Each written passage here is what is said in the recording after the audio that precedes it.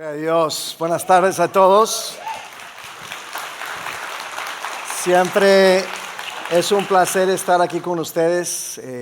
Dios me ha abierto puertas en diferentes iglesias para predicar el Evangelio, pero este es mi lugar favorito.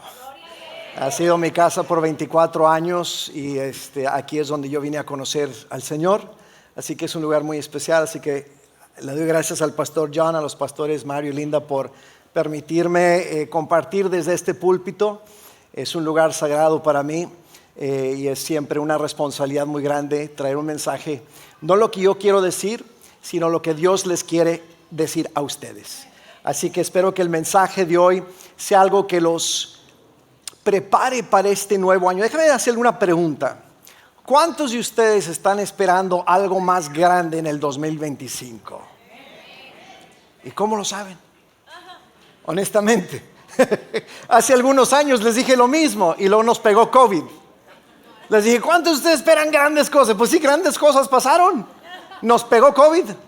No sé si ustedes se acuerdan. Y fue la pregunta que yo les hice, ¿cuántos de ustedes esperan bendición, abundancia? Amén. Y luego pegó COVID.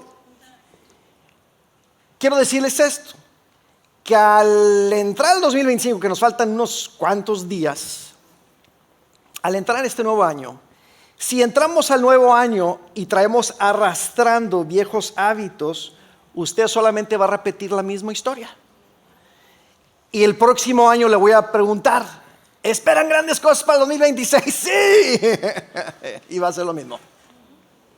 Porque traemos arrastrando lo mismo al nuevo año. Entonces, si algo no cambia, nada cambia. Entonces, hoy es una exhortación. Les decía en el segundo servicio que hace 10 años dejé de dar esos mensajes de ánimo y comencé a dar más, como que ya no tanta leche, más carne, para que la gente pueda crecer y ser renovada en el Señor. Amén. Hoy es uno de esos mensajes. La premisa de hoy que les quiero compartir, que les quiero proponer es esta, y creo que la tengo ahí arriba. La premisa es esta: frente a la adversidad implacable, no son nuestras condiciones, sino nuestras decisiones las que definen la trayectoria de nuestra vida. Vuelvo a decir, déjenmelo ahí arriba, por favor. Ante la adversidad implacable, o sea, que no se aplaca, no son nuestras condiciones, sino nuestras decisiones las que definen la trayectoria de nuestras vidas. Amén. Se me quedaron muy callados todos. Hace algunos años leí un libro escrito por Viktor Frankl. ¿Cuántos de ustedes conocen el autor Viktor Frankl? ¿Alguien? ¿Nadie? Viktor Frankl, un psiquiatra que escribió un libro que se llama A Man's Search for Meaning. No es un libro, vaya, que tenga mucho, no habla acerca de la escritura, no habla acerca de Dios, pero hay mucho principio bíblico ahí. Viktor Frankl era judío y por ahí en la época de los nazis, él fue capturado y sobrevivió Auschwitz y Dachau, los dos campos de concentración. Y él escribe un libro desde su perspectiva psiquiátrica y psicológica acerca de el por qué hubo algunos prisioneros en esos campos de concentración que lograron superar los obstáculos y vencer, y aquellos que no, porque había aquellos que inmediatamente morían y había aquellos que en vez de morir se hacían más fuertes. Entonces él escribe este libro, dice A Man's Search for Meaning, el hombre en búsqueda de significado, se llama el libro, no me acuerdo cómo se llama en español, pero esa es la traducción. Y él dijo algo en ese libro que a mí me llamó mucho la atención y que podemos aplicar principios bíblicos. Él dijo esto, dijo, cuando ya no podemos cambiar una situación, se nos desafía a cambiarnos a nosotros mismos. Lo voy a volver a decir y luego vamos a aplicar la palabra. Dice, cuando ya no podemos cambiar una situación, se nos desafía a cambiarnos a nosotros mismos. En otras palabras, hay muchas veces, en ocasiones, cuando me llaman y me dicen, yo como terapeuta me llaman y me dicen, oye Milton, tengo un hijo de 16 años, no lo aguantamos ya, está rebelde, no nos hace caso, te lo vamos a ir a dejar a tu oficina para que le hagas coco wash y me lo arregles. literalmente. Y le digo yo, a ver, espérame.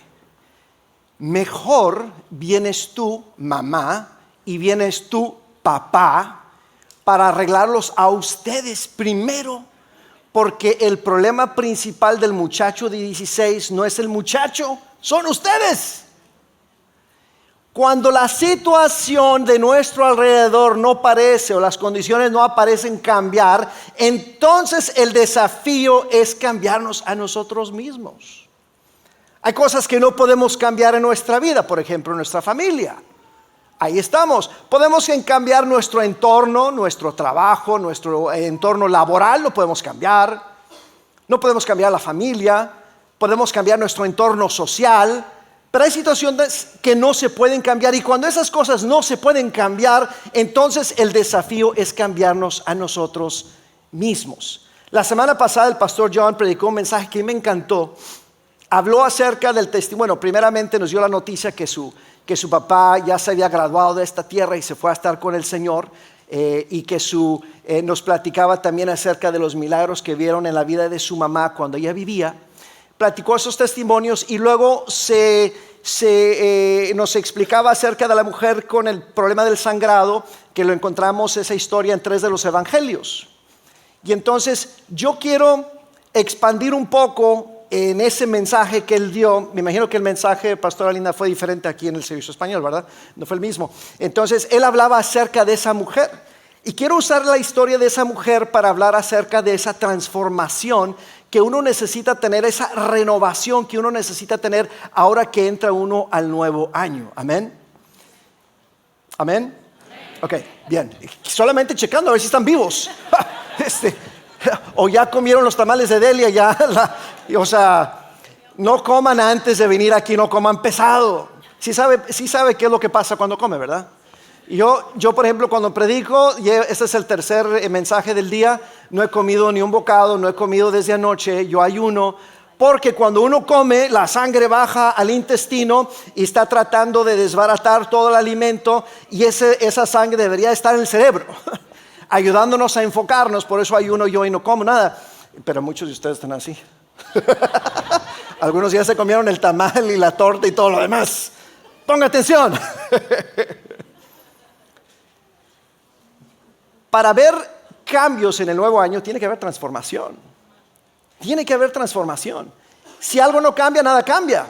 Aunque sea un grado de cambio. Tenemos que estar mejor mañana de lo que estamos hoy y hoy mejor de lo que estuvimos ayer. Pero tiene que haber un cambio. La palabra transformación viene del griego metamorfos, que es de donde sale la palabra metamorfosis. ¿Usted se acuerda cuando estuvo en 5º grado? Y la maestra de ciencia le hablaba acerca de la metamorfosis de la oruga que pasa por ciertas etapas y se convierte en ¿qué? Una mariposa. ¿Okay? Entonces pasa algo interesante y présteme atención para que así podamos conectar esto a nuestra vida como cristianos. Cuando la oruga comienza a pasar por ese proceso de metamorfosis, que significa transformación, llega a la última fase de su transformación y entra la crisálida, creo que así se pronuncia, crisálida, en inglés es chrysalis, y entra la crisálida que parece como un capullo. Entonces se hace una cobertura transparente en donde la mariposa termina su último proceso de evolución. Si uno lo viera de cerca, pudiera ver que la mariposa se mueve dentro de ese capullo de la crisálida, tratando de provocar que se abra aquella crisálida para poder salir de ahí y luego volar. O sea, hay un proceso por el cual pasa y es un proceso quizás doloroso para la mariposa porque tiene que esforzarse, tiene que batallar, tiene que luchar, tiene que expulsarse para poder salir. Pero en ese proceso, que es parte de la metamorfosis, en ese proceso el cuerpo, que tiene unos fluidos, avienta esos fluidos a las alas, fortaleciendo las alas, permitiendo que esas alas se fortalezcan al grado que sostengan a la mariposa y le permitan hacer para lo que fue creado por Dios, que es volar. Y es en ese proceso de esfuerzo, ese proceso de dolor, en donde esas alas se van fortaleciendo. Eso es parte del proceso de la metamorfosis. Eso es justamente lo que pasa antes de que salga la mariposa de la crisálida y vuele. Para eso fue creado. Entonces, me encanta la historia de este niño de Juanito que estaba en su clase de ciencia y viene corriendo a casa porque acaba de aprender acerca de la metamorfosis y va al patio y busca una crisálida porque era época de metamorfosis de las mariposas y todo esto. Entonces va y encuentra la crisálida con la mariposa todavía dentro. Y él comienza a notar algo, y lo que él nota es de que la mariposa está luchando para poder salir. Empuja y se mueve y se esfuerza. Y a Juanito pues le da cierta pena por la mariposa, se llena de compasión. Entra a la casa y busca algo, busca una herramienta y va, con esa herramienta comienza a abrir la crisálida. Le hace un hoyo, le hace una cortada y finalmente con sus manitas abre la crisálida y sale la mariposa. Se postra sobre una rama y al cabo de los segundos esa mariposa cae y se muere. Entonces Juanito no entiende qué es lo que pasa. Entonces regresa al día siguiente a su escuela y le dice a la maestra lo que sucedió. Y la maestra le dice a Juanito, dice, lo que pasa es que no terminamos la lección acerca de la metamorfosis. Lo que tú tienes que entender es que la mariposa, cuando está dentro de la crisálida, tiene que pasar por ese proceso doloroso y esforzarse para que esas alas se fortalezcan y le permitan hacer para lo que fue creado, que es volar. Pero lo que tú hiciste, Juanito, fue interrumpir el proceso de metamorfosis de la mariposa y por tanto murió. ¿Cómo se asemeja eso a nuestra vida? Todos pasamos por un proceso, amén. Algunos de ustedes están en medio del proceso ahorita, otros están entrando en un proceso, otros están saliendo del proceso, pero no puedes evitar el proceso. Para algunos el proceso es más doloroso que para otras personas. Para todos nosotros los procesos son distintos. Sin embargo, ese proceso por el cual pasamos es parte de un proceso de santificación. Job lo dijo. Si usted ha leído el libro de Job, que es bastante denso, bastante largo, hay que leerlo con detenimiento, pero dice Job una cosa, dice, después de todo esto, saldré como ¿qué? Como el oro. ¿Sí? ¿El oro qué es? Refinado. Después del proceso hay un refinamiento, hay una santificación, hay una transformación. Pero ojo, así como la mariposa tiene que pasar por ese proceso para que maduren sus alas y pueda hacer para lo que fue creado, asimismo nosotros tenemos que pasar por ese proceso completo para poder ver la bendición del otro lado. Porque si nosotros decidimos abortar el proceso, entonces renunciamos a la bendición. A ver, ¿sí están conmigo, verdad? Sí. Ok, de nuevo. Cuando evitas o abortas el proceso, renuncias a la bendición. Amén. Mucha gente no quiere pasar por el proceso porque es doloroso. ¿Y qué es lo que dicen? Dios, ¿qué? Quítame esto. Dios, quítame esto. O pasamos por un proceso y preguntamos, ¿por qué? Esa es la pregunta. Y la pregunta no debe ser ¿por qué? La pregunta debe ser ¿qué? ¿Qué, oh Dios, me estás enseñando a través de esto? ¿Cuál va a ser el beneficio? ¿En qué debo de enfocarme? Señor, dame la fuerza. ¿Son mis ojos o se están apagando las luces? Sí se están apagando, ¿verdad? Dije, son mis ojos. Viktor Frankl, este hombre que estuvo en los 2 campos de concentración, dijo esto: quienes tienen un porqué para vivir pueden soportar casi cualquier cómo. Se los explico. Dice, quienes tengan un propósito de vida pueden soportar cualquier dolor. Si tienes un propósito. Si sabes para lo que fuiste creado. Me dice Daniel, mi hijo de 11 años, que hace rato estuvo aquí, me dice Daniel, oye papá, ¿cuándo te vas a jubilar? Le dije, ¿jubilar de qué? Dice, pues de todo lo que haces. Le dije, ¿qué significa la jubilación para ti? Dijo, pues que estés aquí en la casa. Le dije, ¿para qué me quieres aquí en la casa? Dice, no, pero ¿cuándo te vas a jubilar? Le dije, nunca. Le dije, cuando me muera. Le dije, ¿a poco crees tú que Dios nos creó para jubilarnos?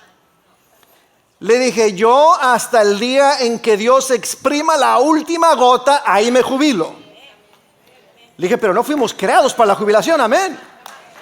Cada uno tenemos un propósito, pero ese no fue el propósito. Me dice, bueno, ok. Le dije, así que, dijo, entonces hasta los 80 años, dije, hasta donde Dios me permita. Ahí están mis padres, tienen 82 años. Levanta la mano, papá y mamá. Ahí están, que vinieron aquí a acompañarnos. Amén. Cuando uno tiene un porqué para vivir, entonces podemos soportar cualquier cómo. Tenemos que buscar el porqué de nuestra vida. ¿Cuál es nuestro porqué? Es una pregunta. ¿Cuál es el propósito de cada uno de nosotros? ¿Para qué fuimos creados? Pregunta. ¿Alguien? No se vale que usted conteste, pastora. ¿Alguien? ¿Para qué fuimos creados? ¿Para qué? Para alabar al Señor. Para alabar al Señor. No para poner empresas, ni para certificaciones y posgrados. Nada. Para alabar a Dios. En la capacidad en que podamos alabar a Dios. De la manera en que vivimos, de la manera en que amamos a los demás. Amar al prójimo, alabar a Dios. Ese es nuestro propósito. Si tienes un porqué, el cómo es fácil. Pero cuando nosotros evitamos la transformación, cuando decimos, ¿sabes qué? No, esto de la transformación es muy doloroso. Pero la transformación sucede a la altura de la mente. Cuando nosotros evitamos la transformación, nos estancamos. Cuando evitamos la transformación, entonces nuestras decisiones, se toma de decisiones, son erradas porque no están alineadas con la palabra de Dios. Cuando nosotros evitamos la renovación de nuestra mente o la transformación, entonces nuestra relación con Dios comienza a menguar. Cuando evitamos la renovación o la transformación de nuestras vidas, de nuestra mente, entonces perdemos el sentido de nuestro propósito de la vida. Comenzamos a perder todo eso completamente cuando evitamos la transformación. Pero al final del día, la decisión es de cada uno de ustedes. Usted tiene la capacidad de entrar al nuevo año con el mismo bagaje o dejando el bagaje atrás y decir comienzo de nuevo. Es decir, si tengo algún resentimiento, si tengo alguna falta de perdón, voy a dejar todo eso atrás. Vengo delante del Señor y decir, Señor, aquí estoy. Tu palabra dice, deposita en mí todas tus ansiedades porque yo te cuido. Aquí al pie de la cruz del Calvario, aquí dejo todo ese bagaje. Señor, perdóname. Me arrepiento, pero no quiero llevar eso conmigo al nuevo año, porque estoy siendo transformado. Tenemos que buscar la transformación, si no repetimos la misma historia. La palabra de Dios dice en Deuteronomio 30:19, y esta es la escritura fundamental, dice: hoy pongo al cielo y a la tierra por testigos contra ustedes de que les he dado a elegir entre la vida y la muerte, entre la bendición y la maldición. Elijan pues la vida para que vivan ustedes y sus ¿qué? Descendientes. Ahora, esta exhortación Moisés se la está dando a los israelitas antes de entrar a la tierra prometida. Viaje que les tomó ¿cuánto tiempo? 40 años, pero debió haberles tomado ¿cuánto tiempo? 2 semanas. 2 semanas. Haz de cuenta que va usted a San Antonio y en vez de tomarle 4 horas, imagínese que le tome 4 años llegar. Entonces están ahí delante de la tierra prometida justo al entrar, y Moisés les da esa exhortación y les dice: hoy pongo al cielo y la tierra por testigos contra ustedes de que les he dado a elegir entre la vida y la muerte, entre la bendición y la maldición. Elijan pues vida para que vivan ustedes y sus descendientes. Moisés les está exhortando a que permanezcan en esa alianza, ese pacto que han hecho con Dios y vivir de acuerdo a la ley de Dios para que el resultado sea una vida de bendición. Y no solamente para ellos, sino para sus descendientes. O sea que la manera en que yo vivo hoy y las decisiones que yo tomo hoy no solamente impactan mi vida, impactan la vida de mis hijos, de mis nietos, que tengo 2, de mis futuros bisnietos, hasta 1000 generaciones. Las decisiones que yo tomo hoy. Yo tengo la capacidad de cambiar ese ciclo vicioso de mi familia, si es que existe uno. Yo tengo la capacidad de cambiar ese ciclo vicioso y anular todas esas maldiciones que han existido en mi familia. En el nombre de Jesús yo lo puedo hacer. Pero tengo que tomar una decisión. El día que usted decidió recibir a Cristo, el pastor le dijo, leyendo de la palabra, todo el que está en Cristo, nueva creación es. Viene lo nuevo, queda atrás lo viejo, usted es nueva creación, borrón y cuenta nueva. Cristo dio su vida por nosotros para que fuéramos libres. Lo cantábamos nosotros en el segundo canto. Libre soy, que dice, cadenas han sido rotas, murallas han caído, libre soy, Dios me ha hecho libre. Pero ¿sabe qué? Los israelitas también eran libres, físicamente, pero mentalmente seguían atados.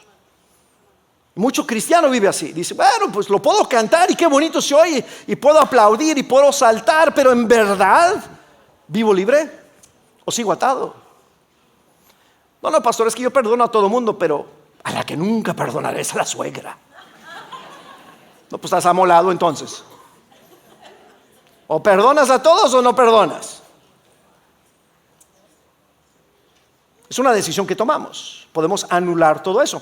Entonces el pastor John la semana pasada hablaba acerca de la mujer con el sangrado y quiero retomar esa historia y la voy a usar, pero quiero que usted vea su vida, su proceso, su situación por lo que usted está atravesando hoy día, sea cual sea. Quiero que usted vea su vida a través de los ojos de esa mujer. Y fíjese lo que ella hizo para poder vencer la muerte. La mujer del sangrado la vemos en Mateo, Marcos y Lucas. Creo que además Juan es el que no escribe acerca de esa mujer. No sabemos mucho acerca de su vida. Lo único que sabemos es de que por 12 años sufrió una hemorragia. Podemos pensar que quizás fue un fibroma, un tumor canceroso, quizás algo en la sangre, leucemia, pero ella sufrió por 12 años, eso lo sabemos. Sabemos también de esta mujer que agotó todos sus recursos económicos.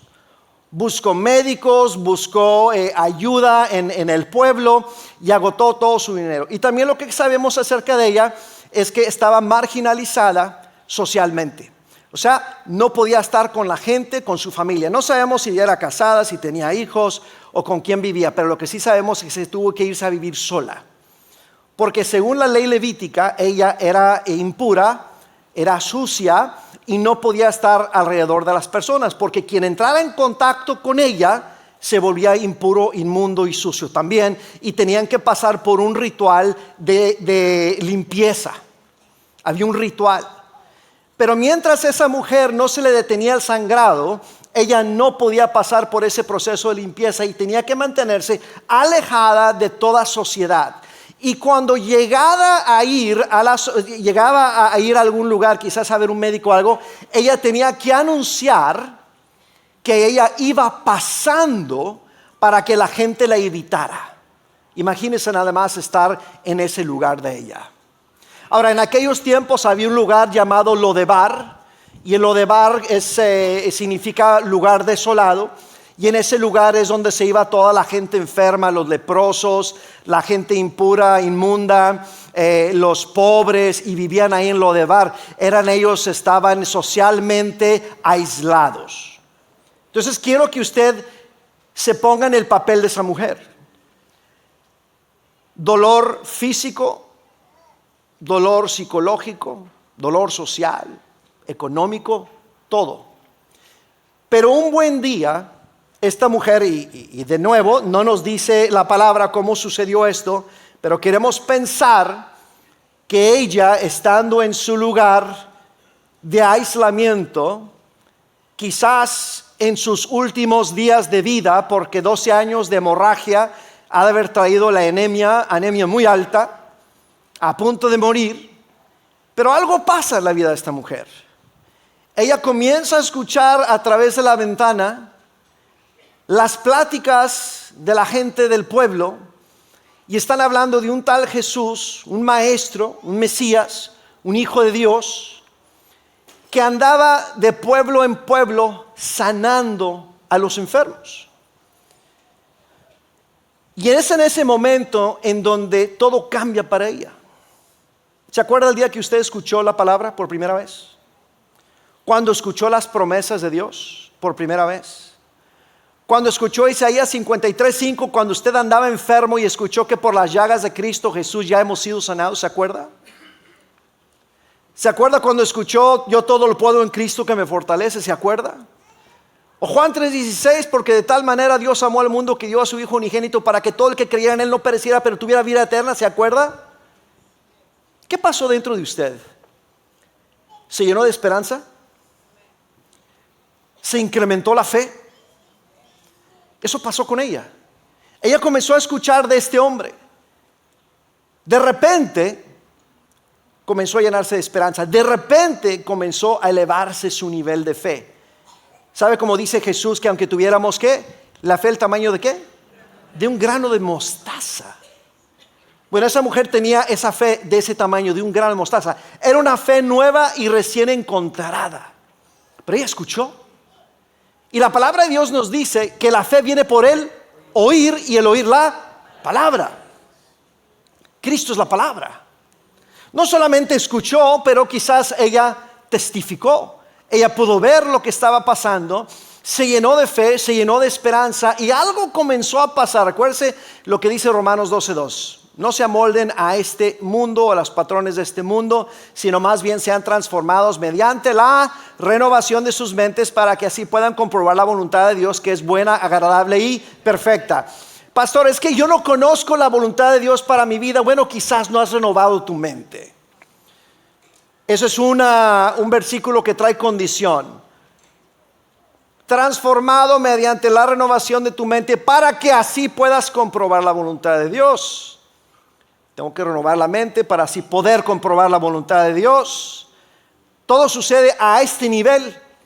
El corazón, cuando usted recibió a Cristo, le fue entregado uno nuevo. La mente siguió igual. Eso es una decisión que Dios nos deja a nosotros. Dice, ¿sabes qué? He puesto delante de ti vida o muerte, bendición o maldición. ¿Qué vas a escoger? Escoge vida para que vivan tú y tus descendientes. Entonces esta mujer pasa algo a este nivel. Se hacen nuevas conexiones. Esta mujer por 12 años lo que ella veía de la gente era repudio. ¡Ay! Está enferma, está sucia. Repudio, veía aislamiento. La gente la veía en la calle y apuntaban, decían, mira, mira, mira esa mujer. Esa mujer pasó por todo. Pero algo sucedió a este nivel. Porque ella lo único que repetía era la historia de su situación. Estoy enferma, de esto he de morir. Soy diferente, no me aman. ¿Quién sabe qué habrá pasado por su mente? Pero de repente hubo un cambio cognitivo a nivel psicológico en su cabeza. Hay un término en la psicología que es neuroplasticidad, que es el poder del cerebro, le decimos el superpoder del cerebro para volverse a reorganizar. Así como mucha gente dice, no, pues es que hermano, yo nací ya de qué lado del pueblo, pues yo crecí pobre, pues pobre de morir. ¿Ah? No, pues es que hermano, todos en mi familia, todos los varones han muerto de infartos, pues yo creo que le llego a los 50 y me muero pues de un infarto. Ah, no, pues qué bonita declaración. Es que hermano, usted no sabe, yo tuve problemas pues de chiquito con mi papá y pues tengo daddy issues como decimos en inglés y pues por eso chico peladón ya tiene 70 años y tienes daddy issues, ¿cómo? O sea, yo creo que ya es tiempo de dejar eso atrás. Debemos de dejar de culpar a nuestros padres. Déjenme decirles, sus padres hicieron lo mejor que pudieron con lo que tenían y lo que entendían. Pero no puedes ir atado a tu historia, porque si sigues atado a tu historia no vas a cumplir tu destino que Dios tiene para ti. Esta mujer ya estaba cansada de estar cansada. Y escuchó, se llenó ella de esperanza y comenzó, en vez de estar repitiendo su situación, en vez de estarse diciendo estoy enferma, me voy a morir, estoy aislada, hubo un cambio en su manera de pensar y en su declaración. Su declaración se volvió, si tan solo lograre tocar el borde de su manto seré sana. La Biblia no nos dice cuánto tiempo pasó desde ese momento de la incepción o la concepción de esa idea hasta el punto de ir y tocar el borde del manto de Cristo. No sabemos. Lo que yo quiero pensar es de que ella estuvo todos los días repitiendo esta idea. Si tan solo lograre tocar el borde de su manto seré sana. Yo pienso que estuvo repite y repite y repite. Y cuando nosotros repetimos algo, se hace sólido en nuestra mente y comenzamos a pensar diferente. Por eso dice que la palabra de Dios tiene poder. Por eso en Proverbios nos dice que debemos de poner la palabra aquí en nuestra frente, porque es medicina como para todo el cuerpo. Tenemos que recitar la palabra. Entonces ella dice, si tan solo lograr tocar el borde de su manto. Y estuvo, repite y repite esta idea. ¿Se acuerdan hace algunos meses que estuve aquí? Creo que estuve aquí hace algunos meses compartiendo con ustedes. Y yo les dije una idea, o les compartí una idea que les dije, si ustedes entienden esto, les va a cambiar su vida. Si usted me ve con cara de what, es porque no me puso atención en aquella ocasión o no lo escribió. Pero ahí le va. Esta vez escríbala. Yo les dije esto y lo voy a conectar con la historia de la mujer del sangrado, con su declaración. Les dije que la parte de la mente, la parte subconsciente de la mente, no entiende la diferencia entre la realidad y la fantasía, solamente entiende lo que usted le repite diariamente. Y eventualmente su cuerpo se va a alinear con esa idea. ¿Sí me entendieron? Ok, ahora voy para acá con ellos porque está muy apagado acá. Se lo voy a decir. Que la parte subconsciente de la mente no entiende la diferencia entre la realidad y la fantasía, solamente cree lo que uno le repite constantemente y eventualmente el cuerpo se alinea con ese pensamiento. Si yo me levanto en la mañana y digo, ay, todo me duele. No, hombre, estoy peor ahora. Estoy peor que ayer. En vez de decir, Dios me está sanando, algo tan sencillo, por las llagas de Cristo ya he sido sanado. No lo siento, pero lo declaro y camino en esa verdad. Aunque camine medio chueco, medio de lado, medio triste y jorobado, pero usted lo sigue diciendo. Si Dios lo dijo, quiero que usted entienda esto, si Dios lo dijo, así será. No en tu tiempo y a tu manera, pero en su tiempo y a su manera. Amén.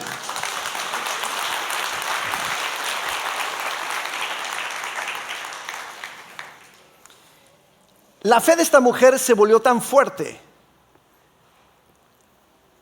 que no necesitó palabras de ánimo, no fue a buscar al ministro de la iglesia para que orara por ella, no fue con la comadre para que le echara porras, no, ella fue directamente a la fuente de sanidad, directamente. Y quiero decirle que usted tiene ese mismo derecho de ir directamente a la fuente de sanidad.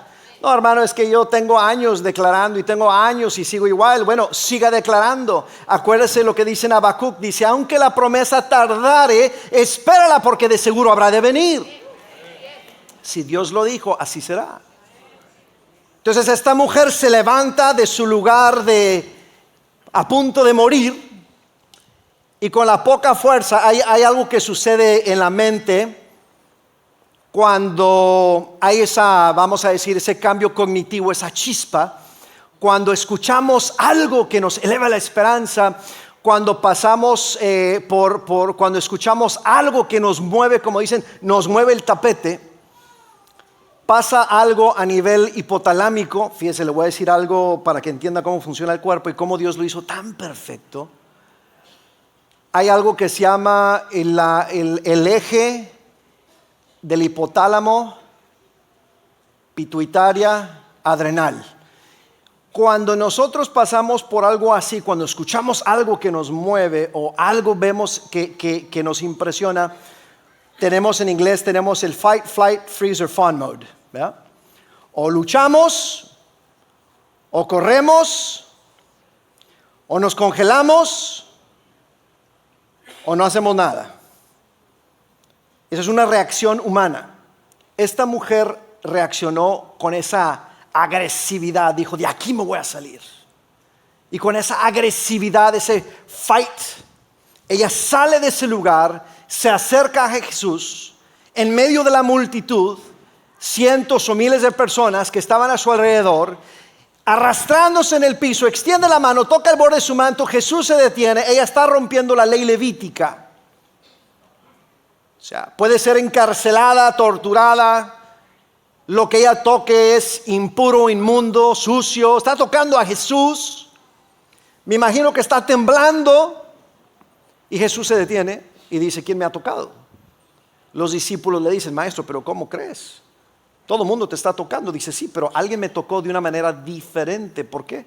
Porque sentí el poder fluir de mí. Hubo dos elementos. Para que suceda algo grande tiene que haber dos elementos. La fe y estaba el poder de Dios a través de Jesús para sanar.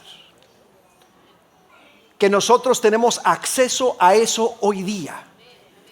Pero a veces pensamos que eso es algo de la Biblia, que es de aquellos tiempos que ya no sucede. Sí sucede.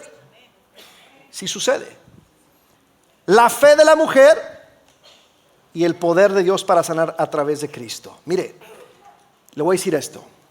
El arma más grande que tiene el enemigo en contra de ustedes, o en contra del hombre, especialmente del cristiano, el arma más grande que tiene, esto lo dijo A.W. Tozer, dijo, el arma más grande del enemigo en contra de ustedes, dice, es la ignorancia del hombre en cuanto a la palabra de Dios. El cristiano que es ignorante de la palabra de Dios se vuelve el títere del diablo. Esa es la arma más fuerte. No, hermano, es que yo cuando vengo a la iglesia yo espero que los pastores Mario y Linda, pues ellos me compartan y no. Aquí no comienza ni termina. El crecimiento espiritual es responsabilidad de ustedes, no es de los pastores. Ellos son pastores, así como las ovejas tienen un pastor, porque necesitamos tener esa guía. Pero ustedes, especialmente maduros en el Señor, es la responsabilidad de ustedes seguir creciendo y seguir siendo transformados. Es fácil simplemente decir, no, pues es que depende de mi iglesia. No depende de la iglesia. Nosotros somos la iglesia, depende de ustedes. Pero cuando no hay esa sabiduría, cuando no hay entendimiento de la palabra de Dios, entonces estamos completamente desarmados. ¿Cuál armadura de Dios? Ni que nada. Nada. Sale usted completamente desarmado porque no conoce la palabra. ¿Cómo vamos a luchar en contra de las influencias del enemigo cuando nosotros, la palabra dice que somos sanos, pero la voz del enemigo es mucho más fuerte que la voz de la palabra, porque la voz de la palabra simplemente la buscamos allá a las 500? Papá se ha de acordar, por allá en el pueblo había un pastor que tenía ovejas que tú conocías, ¿no, papá?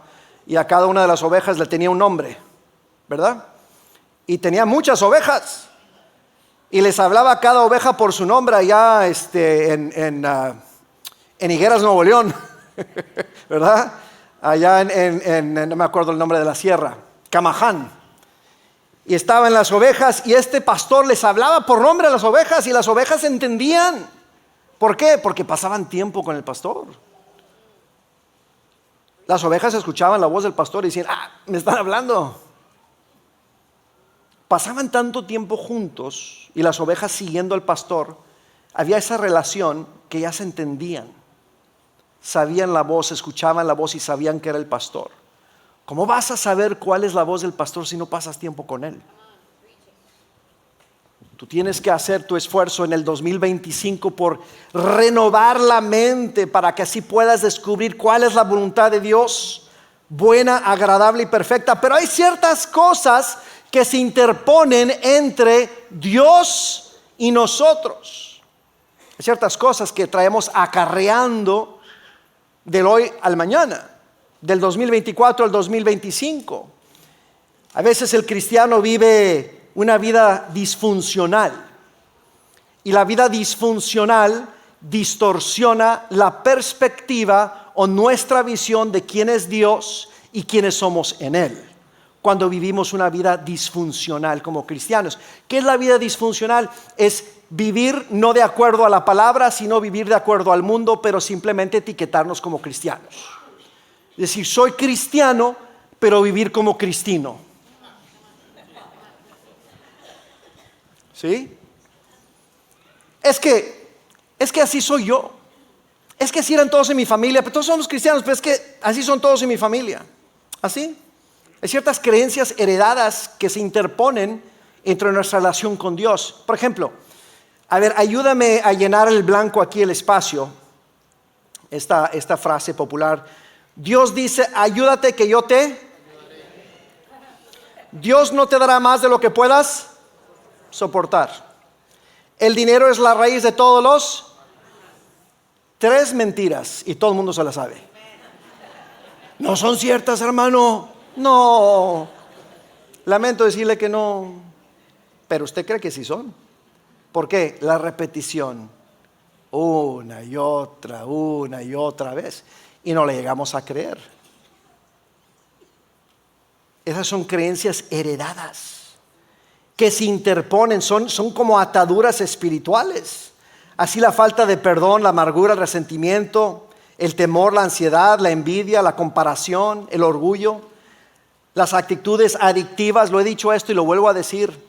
Dice un hermano aquí en la iglesia, Carlos, dice, oye, ¿vas a venir tú? Dice, para ponerme el casco porque sé que van a volar las piedras. Le digo, van a volar las piedras. Ahí le va.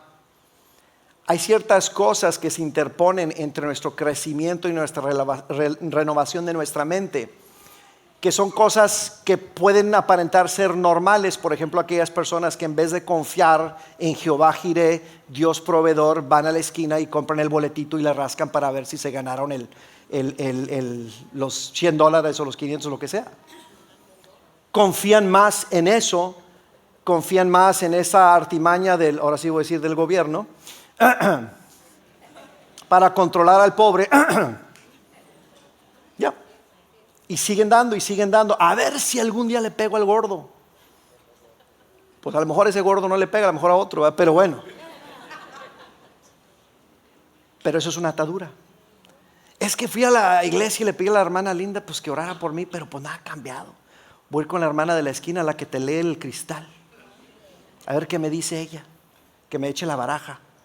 Pero ella también es cristiana, también dice incorpora la palabra. Ah, pues sí, también el diablo conoce la palabra.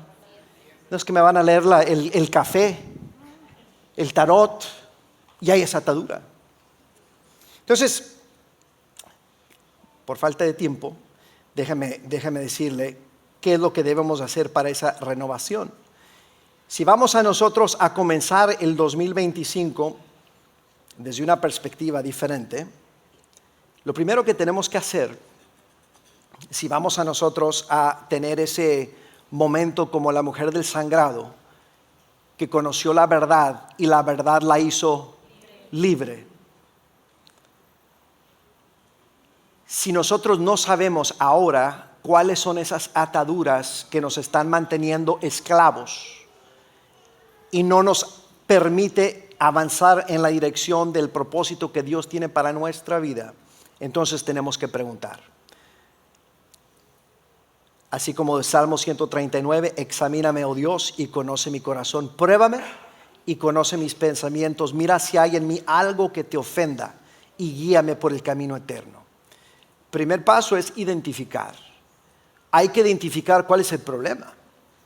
¿Cuál es esa conducta, ese pensamiento que no se alinea con la palabra de Dios?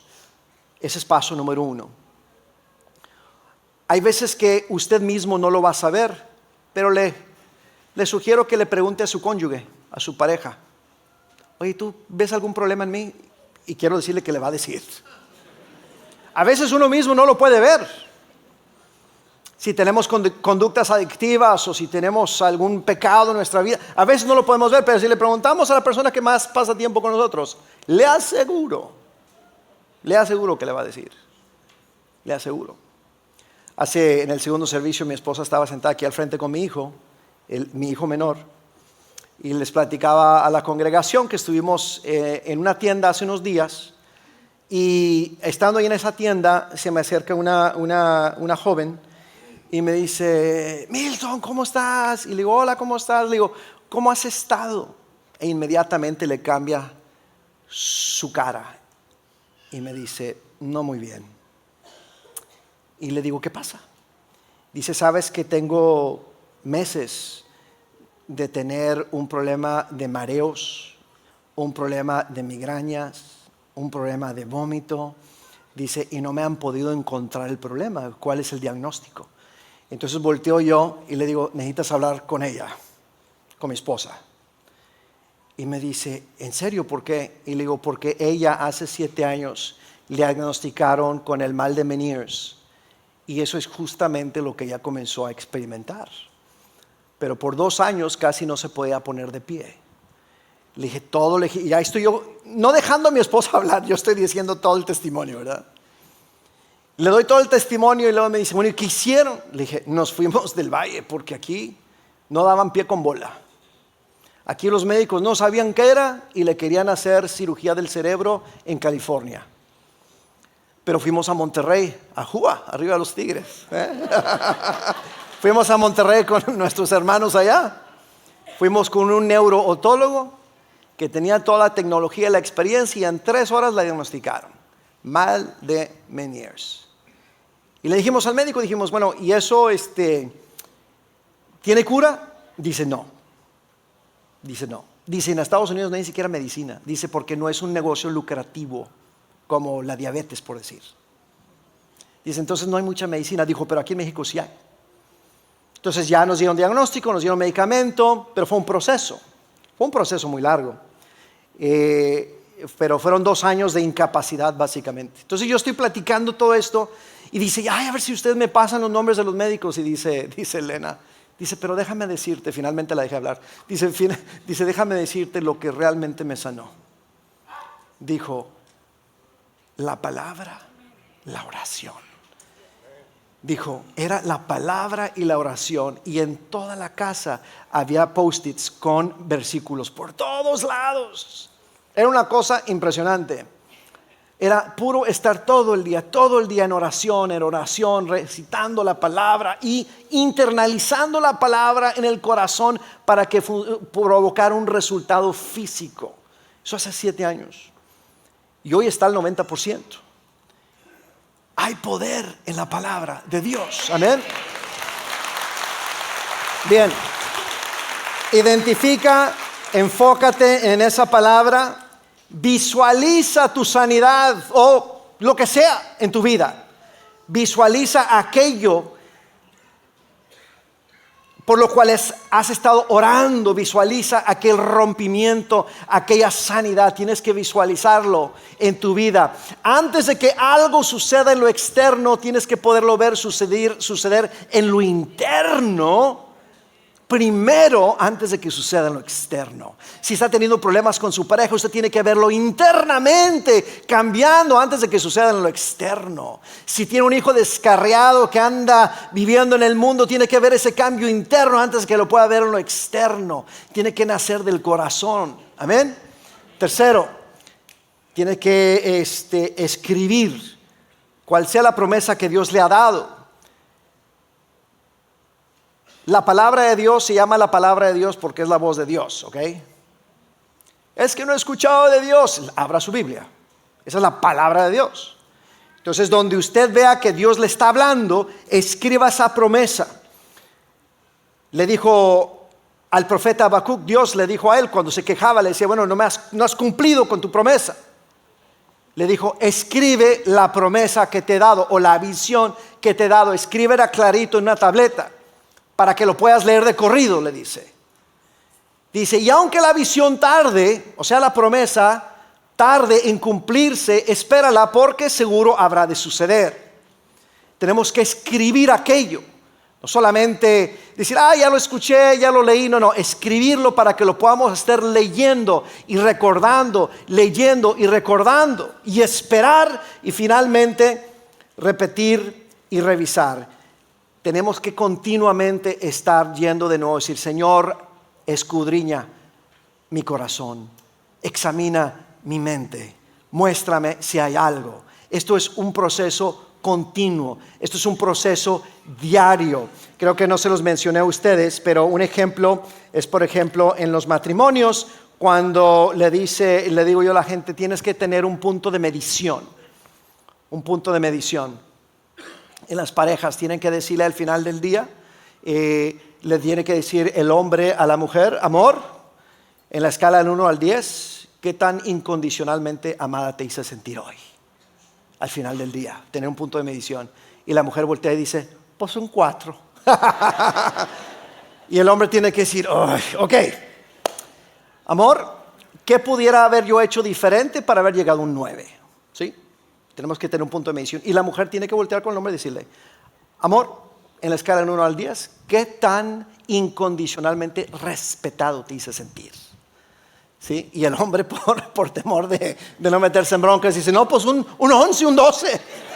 No, dígale la verdad. No, pues un 4 también.